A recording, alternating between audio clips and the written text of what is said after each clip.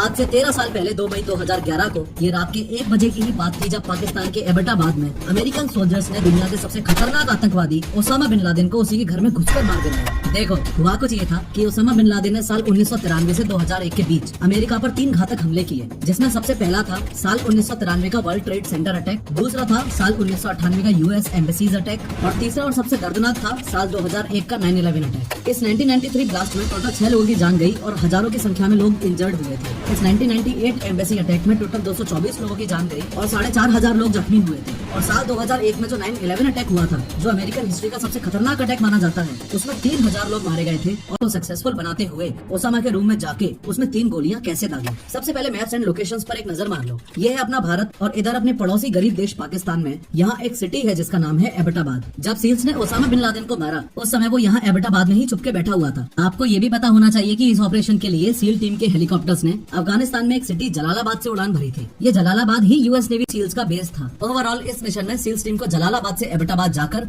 Osama bin Laden को मारकर वापस जलालाबाद सेफली आना था और इस मिशन का नाम ऑपरेशन नेपच्यून स्पीयर रखा गया था।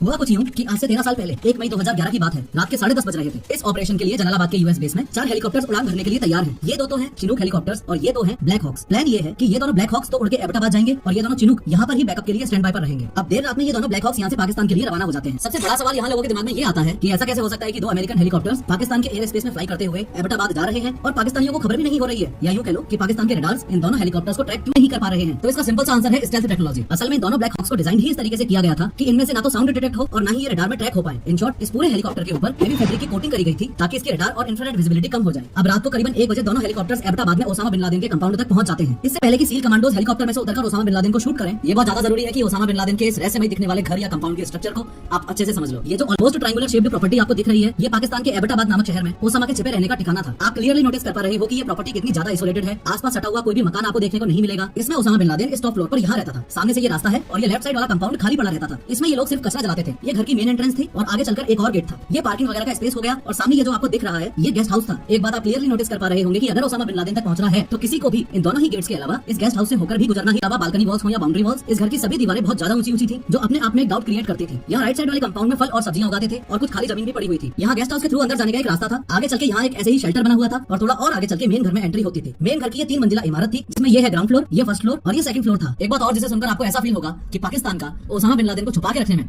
कोई ना कोई कनेक्शन तो है। असल में ओसामा बिन लादेन के घर से जस्ट 1 किलोमीटर की दूरी पर ही पाकिस्तान मिलिट्री एकेडमी थी। अब काफी लोग इस बात को लेकर ये स्पेकुलेट करते हैं कि दुनिया का सबसे खूंखार आतंकवादी पाकिस्तान मिलिट्री एकेडमी के जस्ट 1 किलोमीटर की दूरी पर ही रहता था और पाकिस्तान को भनक भी नहीं हुई, या फिर पाकिस्तान ने सच में दुनिया से ओसामा को छुपाकर पनाह दे रखी थी। खैर, बैक टू एक्शन। ये जो 2 ब्लैक हॉक हेलीकॉप्टर्स आपको दिख रहे हैं, इनमें से एक का नाम है चॉक 1 और दूसरे का नाम है चॉक 2। सबसे पहले चॉक 2 ओसामा बिन लादेन के मेन गेट के ऑलमोस्ट सामने होवर करने लगता है। यहाँ ये चॉक 2 इसलिए होवर कर रहा था क्योंकि यहाँ इसे 4 सील्स, एक कॉम्बैट असॉल्ट डॉग जिसका नाम कायरो था और उसके हैंडलर को लैंड करवा। इस चॉक 2 हेलीकॉप्टर में टोटल 12 सील्स थे, एक डॉग था और एक डॉग हैंडलर था। सिमिलरली इस चॉक 1 हेलीकॉप्टर में भी 12 सील्स और थे, यानी टोटल 24 कमांडोज की टीम को ओसामा बिन लादेन की हत्या के लिए भेजा गया था। खैर, ओसामा बिन लादेन के सामने वाले रास्ते में कुछ बंदों को उतारने के बाद चॉक 2 हेलीकॉप्टर में अब जो बचे हुए सील्स हैं उनको ये ओसामा बिन लादेन के रूम की छत पर लैंड करवा देता है। ये सब करने के बाद चॉक 2 का काम खत्म और अब चॉक 2 वापस अपनी इनिशियल पोजीशन पर चला जाता है और वहीं पर होवर करने लग जाता है। अब बारी है चॉक 1 हेलीकॉप्टर की। और पहले बता दूं कि चॉक 1 हेलीकॉप्टर के साथ में कुछ ऐसा हुआ था जो किसी सील कमांडो ने सपने में भी नहीं सोचा था। ध्यान से सुनना। देखो, चॉक 1 हेलीकॉप्टर में टोटल 12 सील्स ओसामा की ऐसी तैसी करने के लिए मौजूद है और इनका प्लान ये था कि ओसामा के घर की जो बिल्डिंग है उसके जस्ट सामने ये जो लॉन है इसमें इन्हें लैंड करना है। अब जैसे ही चॉक 1 इन सभी सील्स को लेकर डिसाइडेड पोजीशन पर पहुंच के होवर करने लगता है, वैसे ही इसके साथ एक अनएक्सपेक्टेड हादसा हो जाता है। हादसा ये कि चॉक 1 एयर वॉर्टेक्स फ्लो का शिकार बन जाता है। यूं तो अभी मैं आपको एयर वॉर्टेक्स फ्लो की साइंस को डिटेल में समझाता जाऊं, लेकिन स्टोरी से दूर ना जाते हुए एयर वॉर्टेक्स फ्लो को आप सिर्फ ऐसे समझो कि इस हेलीकॉप्टर के अराउंड हवा का फ्लो किसी रेयर इंसिडेंट में इस तरीके से खराब हो जाए कि हेलीकॉप्टर अपने आप में पूरा बैलेंस खो दे। तो चॉक 1 के साथ भी अनएक्सपेक्टेडली सेम ऐसा ही कुछ हुआ। नतीजा इस सब का इतना बुरा हुआ कि चॉक 1 दुनिया के सबसे बेस्ट हेलीकॉप्टर पायलट्स के हाथों में होने के बाद भी टोटली अनबैलेंस हो गया। अपनी जगह से हटके लेफ्ट साइड वाले कंपाउंड में चला गया और सबसे पहले तो उसका थोबड़ा जमीन में भिड़ा, फिर उसकी पूंछ दीवार के ऊपर गिर के टूट गई। इस पूरी एक्सीडेंटल सिचुएशन में सबसे बेस्ट पार्ट ये था कि इसमें मौजूद सभी के सभी 12 सील कमांडोज सेफली लैंड कर जाते हैं। मतलब बरी करने के अलावा और कोई ऑप्शन नहीं दिख रहा था, इसलिए उसे यूएसएस कार्ल विंसन में ले जाया गया जो कि एक यूएस एयरक्राफ्ट कैरियर है, क्योंकि ओसामा खुद एक रिलीजियस आदमी था जो उसका बरियल भी इस्लामिक ट्रेडिशन के हिसाब से ही होना चाहिए।